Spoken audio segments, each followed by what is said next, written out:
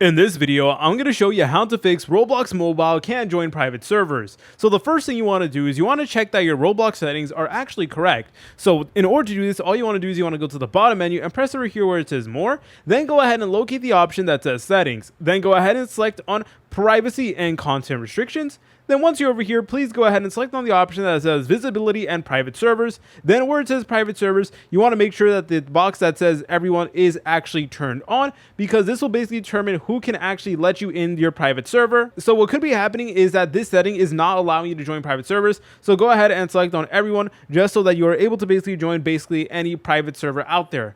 And the next thing you want to do is you want to verify the private server link. So make sure that the private server link is valid and not expired. Links can become inactive if the server subscription has lapsed or the server was shut down. So ask the server owner to confirm the link or invite you directly via the server's configuration page. And also, whenever you're trying to join a private server, please do it on the mobile application, not on a web browser. Then you guys could run into some glitches and stuff like that. So please just keep that in mind.